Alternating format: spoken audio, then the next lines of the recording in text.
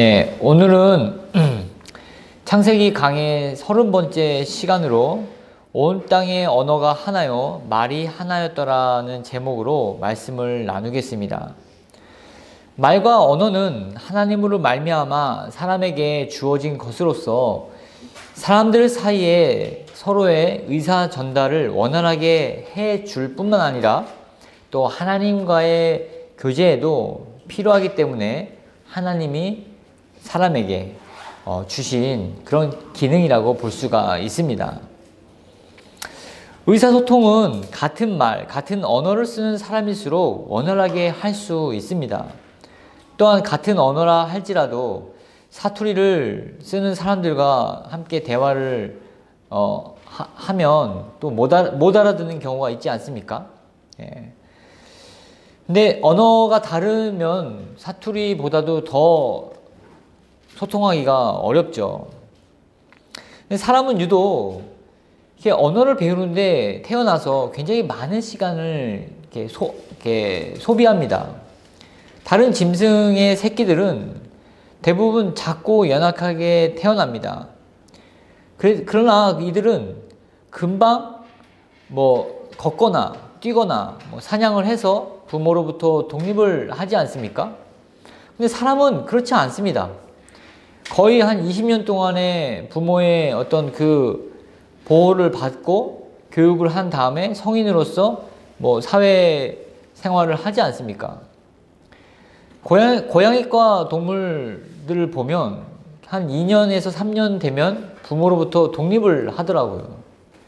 사람은 한 20년 돼도 가라고 해도 안 가죠. 집에 눌려서 계속 살아갑니다. 독립할 생각을 안 하고 부모 밑에서 계속 사는 그런 사람들도 있죠. 태어나서 6개월 동안은 누워만 있습니다. 그리고 1년이 돼서야 겨우 걸음마를 뛸 수 있을 정도가 되죠. 누가요? 바로 사람이 말입니다. 말을 배우는 기간은 어떻습니까?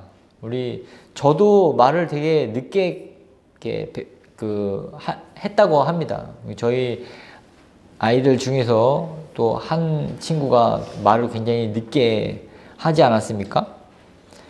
굉장히 오랜 시간이 걸립니다. 거의 보통 3, 4년의 시간이 걸리죠. 지금 우리는 매우 쉽게 말을 하고 각종 단어를 쓰면서 우리가 배운 언어를 구사하지만 이 말은 매우 복잡한 메커니즘을 가지고 있습니다. 그리고 우리는 복잡한 메커니즘을 갖고 있는 언어 중에서 가장 어렵다고 하는 한국어를 쓰고 있습니다. 한국어가 굉장히 어렵죠. 존댓말도 있고 그리고 형용사가 엄청나게 발달되지 않았습니까? 그러한 언어를 사용하고 있습니다. 영어와 한국어를 비교하는 그런 표를 보면 굉장히 어렵고 복잡한 언어라는 것을 또 알 수가 있습니다. 좌우지간 사람이 언어를 구사하게 되면 의사소통이 자유로울 뿐만 아니라 한 언어 또한 같은 말을 사용하는 무리들끼리는 끈끈한 동질감을 느끼게 해줍니다. 외국에 나가서 자기가 쓰는 언어를 사용하는 사람을 만나면 굉장히 반갑다고 합니다. 그래서 이것이 언어가 이렇게 묶어주는 힘이죠. 언어는 한 공동체를 묶어주는 띠 역할을 할 뿐만 아니라 또한 또 문화의 특징도 반영합니다. 아까도 말씀드렸지만 영어는 존댓말이 없죠. 한국말에는 존댓말이 있습니다. 굉장히 존칭이 매우 복잡합니다. 밥을 식사했습니까? 진지 드셨습니까? 라고 다양하게 표현하지 않습니까? 그런 어떤 존댓말이 존칭어죠. 그런 말들이 매우 복잡하게 이렇게 발달된 언어가 한국말입니다. 또한 영어는 나 중심의 언어, I는 대문자로 쓰지 않습니까? 근데 한국말은 나라기보다도 우리, 저희 뭐 이런 말을 공동체 중심의 언어라는 특징이 있습니다. 근데 요즘 친구들을 보면 어린 친구들을 보면 항상 왜 우리 집에 갈래 그러잖아요. 근데 어린 친구들 보니까 나 집에 갈래? 뭐 내 집에 갈래? 그런 말도 쓰더라고요. 점점 의식 구조가 조금씩 바뀌어져 가고 있다는 것을 좀 볼 수가 있습니다. 이렇게 언어는 소통의 수단뿐만 아니라 자신이 속해 있는 공동체의 소속감을 강화시켜주고 또 그 공동체의 결속을 더 끈끈하게 해주는 역할을 합니다. 그래서 창세기 11장 1절 말씀을 보면 우리에게 어떤 부분을 이야기하고 있는지를 이렇게 짐작할 수가 있죠. 온 땅의 언어가 하나요? 말이 하나였더라. 어떤 게 상상이 됩니까? 의사소통이 활발하게 이루어지고 소식 전달이 원활하게 또 이루어짐 뿐만 아니라 그 공동체, 노아의 후손의 공동체의 그 결속력이 아직은 이렇게 강하게 이렇게 띠를 형성하고 있다라는 것을 우리가 발견할 수 있게 된다는 것이죠. 그렇다면 우리가 2절을 보겠습니다. 이에 그들이 동방으로 옮기다가 시날 평지를 만나 거기 거류하며 셈, 함, 야벳의 족속은 각기 자신들이 살 곳을 찾아 다녔습니다. 하나님이 노아와 그의 가족들에게 명령하신 바가 있죠. 생육하고 번성하라. 그리고 땅에 충만하라. 이들은 이 땅에 충만하라 라는 하나님의 명령에 순종하면서 다녔습니다. 새로운 정착지를 찾아서 다니다가 인구가 늘어나면 또 다른 곳으로 이주해서 다니는 그런 형태를 띠고 있었겠죠. 또 다른 측면에서는 또 여기는 살기 좋은 것 같아 라고 딱 정착을 했더니만 또 춥네, 추우니까 못 살겠다 하고 다른 곳으로 이주를 할 수도 있죠. 그래서 소떼를 자기가 가축업을 하고 있는데 이렇게 농사 짓기가 좋아요. 그러면은 농사 지을 사람은 여기에 있고 또 목축을 할 사람은 또 다른 곳으로 이전할 수도 있겠죠.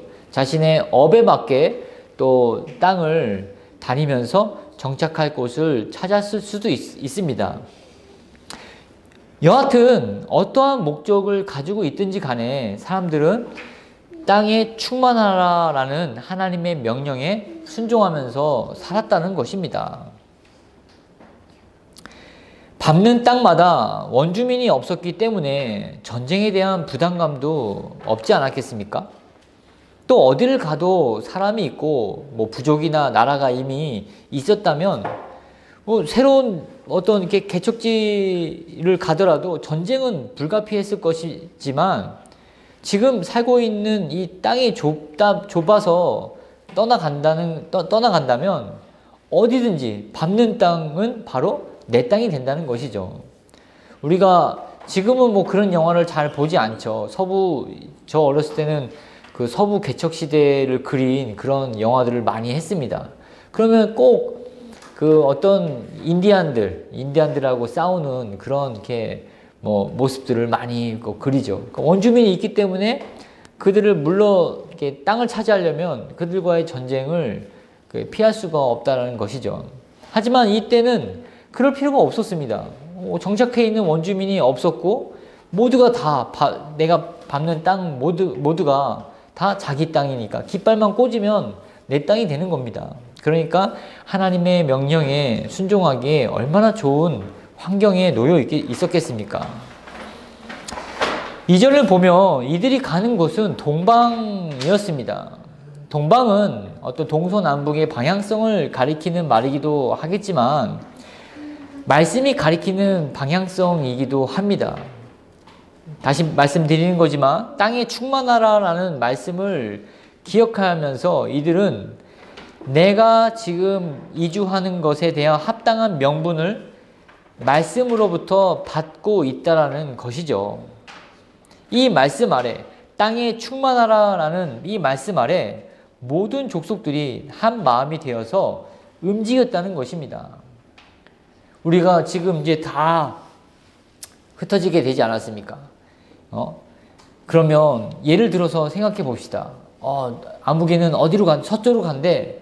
누구는 동쪽으로 간대. 누구는 남쪽으로 간대. 이러한 부분들이 같은 언어와 같은 말을 쓰고 있으니까 누구는 어디로 가는지 다 소통하고 원활하게 다 알 수 있지 않겠습니까? 그런 의미에서 이렇게 사람들이 이 말씀 아래에서 흩어지면서 나아갔다라는 것입니다. 그래서 우리가 2절까지 보면은 눈에 띌 만한 문제가 없고, 뭐 특별한 그런, 기사가 없는 것으로 봐서는 평탄하게 살아갔을 것이다 라고 우리는 짐작할 수가 있습니다. 이 짧은 구절을 통해서 우리가 얻을 수 있는 교훈은 말씀과 함께 살아가야 한다는 것입니다. 말씀을 의지해서 살아가도록 하나님은 우리 인간을 창조하셨습니다. 생육하고 번성하라, 땅에 충만하라는 이 말씀을 붙들고 살아가는 사람들의 모습을 생각해 보십시오. 생육하고 번성하기 위해서 생명을 귀하게 여기지 않았겠습니까? 생명을 낳는 일도 귀하게 여길 뿐 아니라 그 생명을 키워내는 일들도 소중하게 여겼을 것입니다. 하나님이 주신 이 짧은 말씀에 온 인류가 한마음이 되어서 지켜낸다면 그곳이 바로 천국의 모형을 만들어낼 수 있을 것입니다. 또 번성하라는 말씀은 또 어떻습니까? 이 말씀은 바로 소망입니다. 그리고 비전이 됩니다. 어떤 의미에서 소망이 되고 비전이 될 수 있을까요? 바로 낳기만 하고 되는 것이 아니라 어린 영혼들도 이 영혼이 장성해서 또 다른 생명을 낳을 것에 대한 기대감, 또 다른 생명을 통해서 아버지가 혹은 어머니가 되어서 또 자손을 또 낳게 된다는 것, 하나님의 명령 아래서 이들이 순종하고 준행한다라는 그런 비전을 우리는 품을 수 있지 않겠습니까? 정말로 우리가 이런 부분들을 놓고 본다면 하나님의 명령 아래 의미 부여된 생명은 너무나 귀하고 또 소망적이며 비전을 줄 수 있다라는 것입니다. 그러면 정말 이런 부분들도 상상할 수 있지 않겠습니까? 한 아버지가 자녀들을 데리고 또 언덕으로 올라와서는 너는 저쪽 땅을 가질 것이다. 너는 저쪽 땅을 향해서 나아갈 것이다. 너는 또 이쪽 땅을 또 밟아서 너의 터전으로, 너의 기업으로 삼을 것이다. 라고 하는 그런 비전과 소망을 심어주지 않았겠습니까? 말과 언어가 하나였을 때니까 어느 민족은 어디로 가고 또 어떤 민족은 이리로 가는지 서로 소통하면서 하나님의 말씀을 또 이루어 갔을 것입니다. 그러나 이렇게 보기 좋은 모습은 얼마 가지 못합니다. 우리가 이 창세기 11장 2절에서 4절 말씀을 한번 읽어보겠습니다. 오늘 본문 말씀입니다. 창세기 11장 2절, 3절, 4절 시작. 이에 그들이 동방으로 옮기다가 시날 평지를 만나 거기 거류하며 서로 말하되 자 벽돌을 만들어 견고히 굽자 하고 이에 벽돌로 돌을 대신하며 역청으로 진흙을 대신하고 또 말하되 자 성읍과 탑을 건설하여 그 탑 꼭대기를 하늘에 닿게 하여 우리 이름을 내고 온 지면에 흩어짐을 면하자 하였더니 동방으로 옮기다가 평지를 만납니다. 그리고 그곳에 정착해서 살게 됩니다. 또 그곳에서 문명을 발달시키고 어느 정도 기술력도 발달돼서 또 어떤 인구가 늘어났겠죠. 또 일정 기간에 어떤 경제 규모를 갖추어다 보니까 다른 곳으로 옮겨야 할 필요성을 이렇게 못 느꼈는지 정착한 그곳에서 성읍과 탑을 건설하기로 합니다. 그러나 이 땅에는 어떤 성읍을 건설할, 탑을 건설할 돌이 없었습니다. 그랬더니 돌을 대신해서 또 벽돌을 만들자라고 하고 또 진흙이 없는 땅이었는지 진흙이 없으니까 대신해서 역청을 대신하기로 합니다. 부족한 자원을 대체할 수 있는 지혜가 생긴 거죠. 기술도 발달됐다고 우리는 볼 수가 있습니다. 이것은 문명을 발달하면서 그 발달한 문명이 주는 이기에 심취한 나머지 하나님의 말씀을 뒷전에 두게 되는 모습을 우리에게 보여주고 있는 것입니다. 그러나 다음으로는 그러한 문명의 발달이 주는 혜택으로 성읍과 탑을 건설하려고 합니다. 그런데 그 탑을 세우는 목적이 조금 하나님의 뜻에 위배되는 그런 목적으로 탑을 건설하게 됩니다. 첫 번째는 탑 꼭대기가 하늘에 닿게 하자라고 합니다. 또 두 번째로는 자기들의 이름을 내고 그 다음에 세 번째로는 흩어짐을 면하자라는 것입니다. 자기들의 이름을 내는 것을 어떻게 봐야겠습니까? 좋게만 볼 수는 없겠죠. 인간의 죄성 중에는 이생의 자랑이 있습니다. 나의 이름을 세상에 알리고자 하는 욕망이죠. 어린아이들이 너 모델래 하면은 뭐 걸그룹이요, 뭐 아이돌이요, 아이돌 가수요 라고 하지 않습니까? 연예인 되고 싶다라고 하는 아이들이 있습니다. 그들은 유명해져서 사람들 앞에 서고자 하는 그런 마음을 가지고 있기 때문이죠. 또한 명품 제품을 가지고 싶은 마음도 우리에게는 있습니다. 기왕이면 다홍치마라고 더 좋은 것, 사람들이 우아하고 알아주는 그런 의상이나 그런 액세서리들을 하고 싶은 마음이 누가 없겠습니까? 또한 좋은 집이나 좋은 차를 소유하고자 하는 그런 마음들은 누구나 다 있습니다. 그러나 이 마음들을 절제하지 않고 내 수준이나 하나님이 주시는 그런 형편을 어긋나게 해서 과하게 욕심을 부리는 것을 죄라고 말씀을 드릴 수가 있겠죠.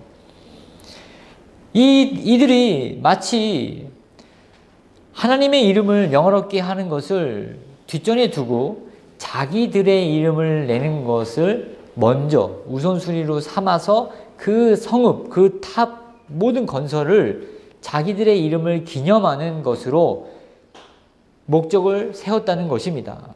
하나님이 보시기에 악한 계획과 생각이라고 볼 수가 있겠죠. 또한 이들이 하는 말을 잘 들어보십시오. 탑 꼭대기가 하늘에 닿게 하자. 여러분 어떻게 느낍니까? 좋은 의미로 느껴집니까? 아니면 안 좋은 의미로 느껴집니까? 안 좋은 의미로 느껴지죠. 하늘에 누가 있다는 것입니까? 이들은 하늘에 누가 있다고 믿고 있어서 이런 말을 하는 것입니까?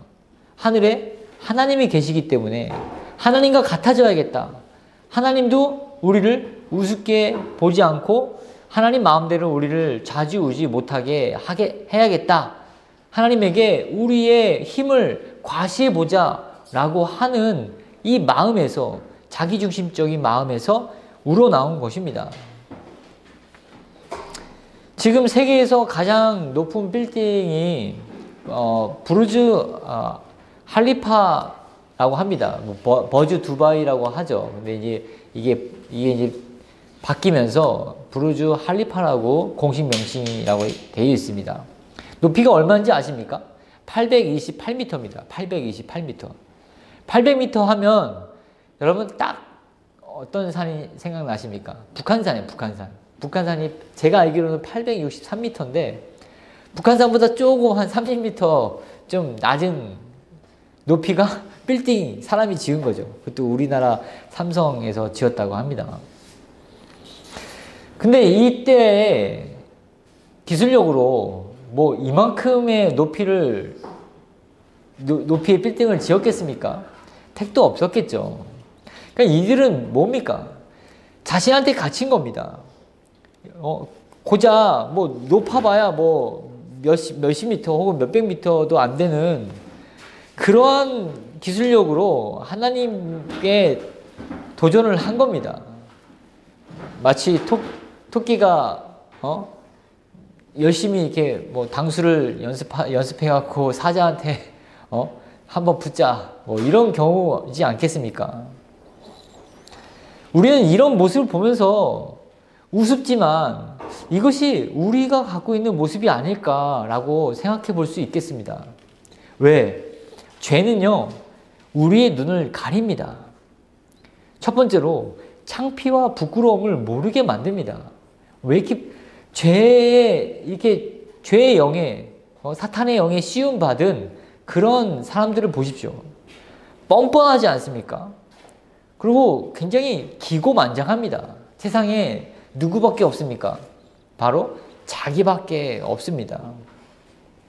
그래서 쉽게 큰 소리 치고 쉽게 어떤 양심을 팔아버리고 그리고 도덕성을 내팽개치며 윤리를 굉장히 하찮게 여기는 것이 죄의 특징이라고 볼 수가 있습니다. 굉장히 무례하죠. 그래서 이 말씀을 잃게 되면 총명을 잃게 됩니다. 그것으로 끝나는 것이 아니라 그 총명이 있던, 말씀의 총명이 있던 그 자리에 죄가 들어오게 되면 우리의 눈을 가린다는 것입니다. 이러한 영적 원리, 이런 영적 원리가 지금 이 바벨 탑 속에 숨어 있는 그러한 원리를 우리에게 성경은 말씀해 주고 계십니다. 말씀을 잃게 되면 길을 잃게 되고 또 말씀을 잃게 되면 내려오는 그런 아름다운 전통, 믿음의 전통들을 무시하게 됩니다. 또한 말씀을 잃어버리면 소망도 비전도 또 하나님이 우리에게 보여주시는 뜻도 모두 다 잃어버리게 됩니다. 그러니 여러분, 우리가 붙잡아야 할 것은, 우리가 경계해야 될 것은 바로 말씀을 잃어버릴까 하는 그러한 두려움입니다. 우리에게 주신 말씀은 양식이죠. 오늘도 교회에 와서 밥을 먹지 않았습니까? 아침밥 든든히 먹고 예배를 드리고 있습니다. 이 예배를 드리고 있는 이 가운데에서도 우리는 육의 양식을 먹었을 뿐만 아니라 또 영의 양식을 먹습니다. 근데 여러분 한번 생각해 보십시오. 일주일에 한 끼만 먹습니까? 그러지 않죠. 하루에 3끼씩 육신의 양식을 먹듯이 우리는 영의 양식도 이렇게 매일매일 섭취해야 된다는 것입니다. 하루를 이렇게 허락하신 이유는 하나님이 우리에게 주실 양식, 2가지 양식이기 때문입니다. 첫 번째는 육신의 양식, 두 번째는 영의 양식. 이 2가지를 골고루 섭취하면서 우리는 살아가야 한다는 것입니다. 저는 이 사실을 어떤 성경을 통해서 깨달았냐면 만나를 통해서 깨달았습니다. 저는 경영을 전공해서 굉장히 경영의 어떤 그 모티브는 효율과 효과입니다. 효율성이죠, 효율성. 적은 자원으로 최대 효율을 내는 것이 경영의 핵심 가치인데 저는 하나님이 왜 만나를 매일 아침마다 이렇게 거두게 하셨을까? 요즘 같았으면 굉장히 불편하죠. 만나를 누가 뿌렸는지 모르겠습니다. 하나님이 직접 뿌리셨는지 천사들에게 시키셨는지. 저는 매일 아침 배달을 했던 과거 이력이 있어서 그런지 아니 이거를 하나님이 일주일 단위로 덕용포장 일주일 이렇게 해갖고 거두게 월요일만 내릴 테니까 줄 테니까 월요일날 모여라 하면 하나님도 일주일에 한 번만 일하시면 되잖아요. 근데 일주일에 6번이나 보자고 하시는 겁니다. 하나님도 불편하고 그 장막에서 나와서 만나를 거두러 오는 사람들도 불편하고 왜 하나님은 이렇게 불편하게 하셨을까요? 저는 이 부분에 있어서 참 궁금했어요. 하나님 왜 이렇게 불편하게 매일매일 하나님 당신도 일하시고 사람들도 만나를 거두러 나오게 하셨을까? 저는 경영적인 측면에서 본다면 굉장히 비효과적이지만 관계적인 측면에서 본다면 하나님은 매일 보고 싶었던 거예요. 매일 만나고 싶었던 거였죠. 그래서 잘 잤냐? 오늘 컨디션은 어떠냐? 밤에 괜찮았냐? 춥진 않았냐? 사람들이 나와서 만나를 거두면서 하나님이 이런 음성을 주시면 하나님 밤에 불기둥이 좀 약했습니다. 오늘은 좀 온도를 좀 올려주시죠. 뭐 이러한 소통을 하면서 교제하기 원하셨다는 것입니다. 여러분, 하나님이 매일매일 여러분을 만나시기 위해서 오늘 하루도 허락하셨고 내일 하루도 허락하실 줄 믿으십시오. 그래서 육의 양식, 눈 떠서 육의 양식, 오늘 아침 뭘 먹을까? 라고 하는 것보다도 오늘 내게 어떤 말씀을 주실까? 라고 하는 마음으로 말씀도 여러분의 영혼을 위해서도 섭취를 꾸준하게 하시기를 주의 이름으로 축원드립니다.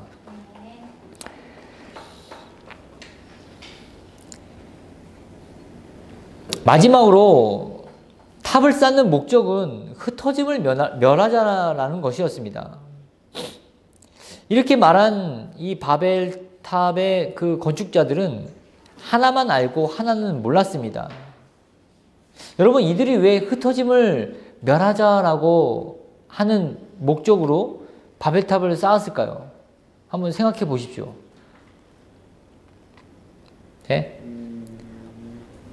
이들이 언제 흩어졌죠? 그 하나님 말씀을 받았고 그걸 수행할 때. 그게 아니라 홍수 때 흩어지지 않았습니까? 그쵸? 흩어져서 다시 못 만나게 됐잖아요. 그래서 이들은 그 얼마 안 되는 그런 과거에 홍수 사건을 기억하고 있었던 사람이었습니다. 하지만 이들은 하나만 알고 하나는 몰랐던 것입니다.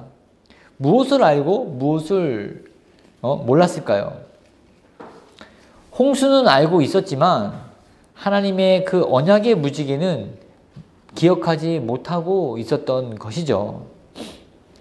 하나님은 노아의 홍수 이후에 다시는 물로 심판하지 않으시겠다고 하시면서 그 무지개로 그 약속의 표징으로 보여주셨습니다. 그렇죠? 그런데 그럼에도 불구하고 이들은 흩어짐에 대한 두려움으로 높은 탑을 쌓으려고 했습니다. 이들의 말에는 잔뜩 힘이 들어간 모습이 보이지 않습니까?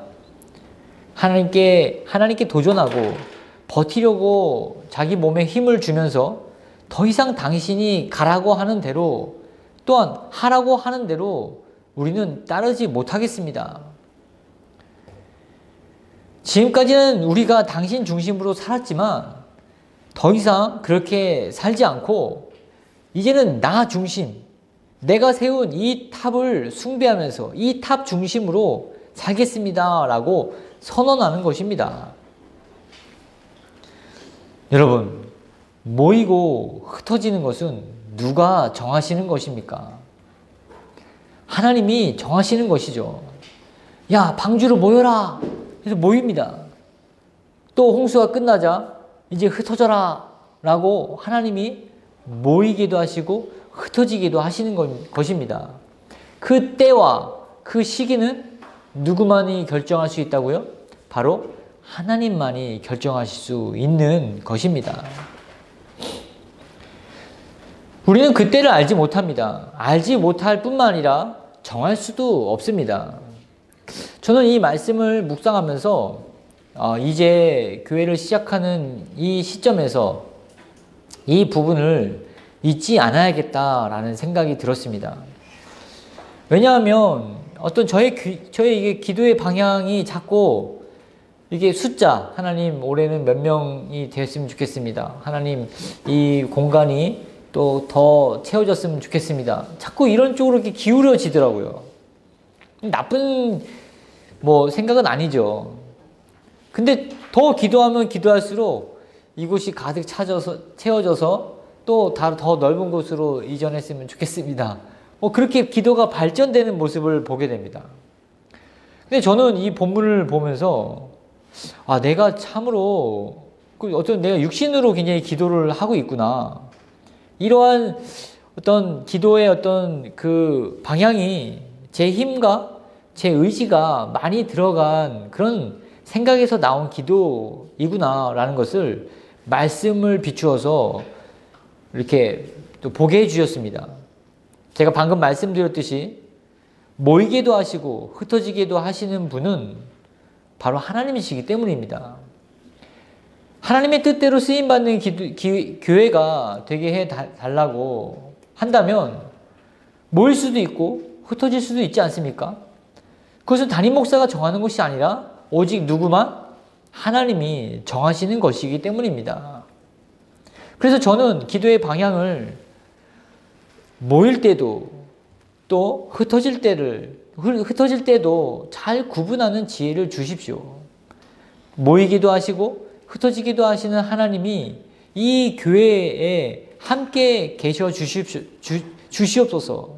그리고 모일 때이든지 흩어질 때이든지 부드러운 마음으로 하나님의 뜻에 순종하는 제 자신이 되게 해 주시옵소서 라고 하는 기도로 이렇게 방향을 좀 바꿔주시더라고요. 이 교회를 제 소유라고 주장하는 태도를 조금도 갖지 않게 해 주시옵소서. 바벨의 정신으로 하나님의 뜻을 거스르는 그런 잘못된 길을 걷지 않게 해 주시옵소서라고 말입니다. 여러분은 어떻습니까? 여러분은 이 바벨의 건축자들처럼 이 바벨로 인해서 당신과 맞서 싸울 수 있소이다. 당신의 명령에 이제는 순종하지 않겠나이다. 라고 힘을 주면서 의시되면서 어깨에 힘을 잔뜩 주고 계시지는 않습니까? 여러분, 하나님 앞에 부드러운 마음을 가지십시오. 하나님이 가라고 하신다면 어디든지 가겠나이다 라고 하는 그러한 순교자적인, 그런 순례자적인 그러한 마음을 가지시도록 주님 앞에 힘쓰시기를 축원드립니다. 다음 창세기 11장 5절과 6절을 보겠습니다. 창세기 11장 5절 6절 여호와께서 사람들이 건설하는 그 성읍과 탑을 보려고 내려오셨더라. 여호와께서 이르시되 이 무리가 한 족속이요 언어도 하나이므로 이같이 시작하였으니 이후로는 그 하고자 하는 일을 막을 수 없으리로다. 여러분 5절을 보시면 여호와께서 사람들이 건설하는 그 성읍과 탑을 보려고 내려오셨다고 하는데 이 표현은 사람들의 입장, 그러니까 성경을 읽는 독자의 입장에서 쓴 표현이죠. 하나님은 모르고 계시다가 저 뭐냐, 저기 큰 건물이 하나 들어서네 하고 건물 짓는 중간에 내려오셔서 어떤 건물인지 보려고 오신 분이 아닙니다. 처음부터 이 바벨을 건축할 그런 사람들의 생각과 뜻을 다 아시는 분이십니다. 근데 하나님은 모든 것을 다 아셨을 뿐만 아니라 또 지켜보셨죠. 그리고 그들의 의도가 악한 것임을 아셨지만 하나님은 그들을 지켜보셨습니다. 왜 그랬을까요? 저는 이 부분을 묵상하면서 첫 번째는 기회를 주시기 위함이지 않았겠는가라고 생각이 듭니다. 그래서 그 뜻을 돌이켜서 그래도 그건 아니지 않냐. 그래도 우리가 하나님의 명령에 순종해야지 라고 방향을 돌릴 그런 기회를 주시기 위해서 기다리시지 않았을까라는 생각을 해봅니다. 근데 이제 시공을 착공하고 이제 시공에 들어갔습니다. 근데 하나님은 바벨을 짓다가 흩어짐으로 인해서 그 거대한 건축물을 덩그러니 굉장히 흉물이 된 거죠. 그 건축물을 덩그러니 이렇게 있도록 하셨습니다. 또 그거는 왜 그러셨을까요? 바로 모든 사람들에게 교훈을 주시기 위함이었던 것이죠. 바로 하나님의 말씀에 엇나간 사람들의 최후가 바로 이렇게 짓담한 성과 같다라고 하는 것을 우리에게 말씀하고 계시다는 것입니다. 또한 또 깊이 있게 들어간다면 6절에 이후로는 그 하고자 하는 일을 막을 수 없으리로다 라고 하나님은 말씀하십니다. 하나님은 지금의 일보다도 지금 바벨탑을 쌓는 일보다도 하나님 다음의 일을 더 염두에 두고 계시다는 것입니다. 사람들이 더 큰 죄로 하나님으로부터 더 멀어지는 일이 일어나지 않도록 예방하신다는 것이죠. 돌이킬 수 없는 범죄. 우리의 첫 조상인 아담과 하와도 이 돌이킬 수 없는 범죄를 저지르지 않았습니까? 먹지 말라고 한 선악과를 먹어서 죽음을 피할 수 없게 된 것도 하나님이 막지 못하셨습니다. 선악과를 먹지 못해서 사람의 출입을 통제하거나 또 선악과 근처에 철조망을 설치해서 접근 금지 표지를 붙여갖고 야 내가 그래도 내 피조자들을 위해서 난 이렇게 보호하고 있어. 그런 하나님이 아니십니다. 아담과 하와에게 무한한 자유를 주시고 또 선악과도 동산 중앙에 있어서 누구나 어디서든지 볼 수 있게 해 주셨습니다. 그래서 언제든지 먹고 싶으면 먹을 수 있게. 그러나 먹으면 하나님의 약속대로 반드시 죽게 될 것이라는 것을 말씀하셨죠. 하나님은 왜 이러한 방법을 쓰셨을까요? 바로 우리를 어떤 반려견이나 그런 애완동물로 취급하지 않으시고 인격체로서 우리를 대해 주셨다는 것입니다. 인격적인 그리고 인간적인 그런 교제를 원하셨기 때문에 그렇게 하신 것입니다. 이후로는 그 하고자 하는 일을 막을 수 없다라는 하나님의 말씀에서 우리는 죄는 더 큰 죄를 낳는 것을 볼 수가 있습니다. 야, 이들이 바벨탑을 쌓고 나서 이제는 막을 수 없는 죄를 지을 수 있겠구나 라고 하나님은 그 다음을 예상하신 것이죠. 무슨 말입니까? 바벨탑으로 하나님께 도전하는 것도 큰 죄이지만 이후에는 바벨탑을 쌓는 일보다도 더 큰 죄로 하나님께 득죄할 수 있다는 것을 보신 것입니다. 옛말에 이런 말이 있지 않습니까? 바늘 도둑이 소 도둑 된다라는 속담이 있지 않습니까? 우리는 굉장히 작은 죄를 가볍게 여기는 경향이 있습니다. 그래서 슬쩍슬쩍 위기를 모면하고 또 체면치레를 하는 그런 부분에 있어서 굉장히 작은 거짓말들을 하는 경우들이 있죠. 누구를 말하는 것입니까? 저도 그렇습니다. 저도 은근히 이렇게 좀 위기를 모면하려고 이렇게 살짝 거짓말하는 경우들이 종종 있습니다.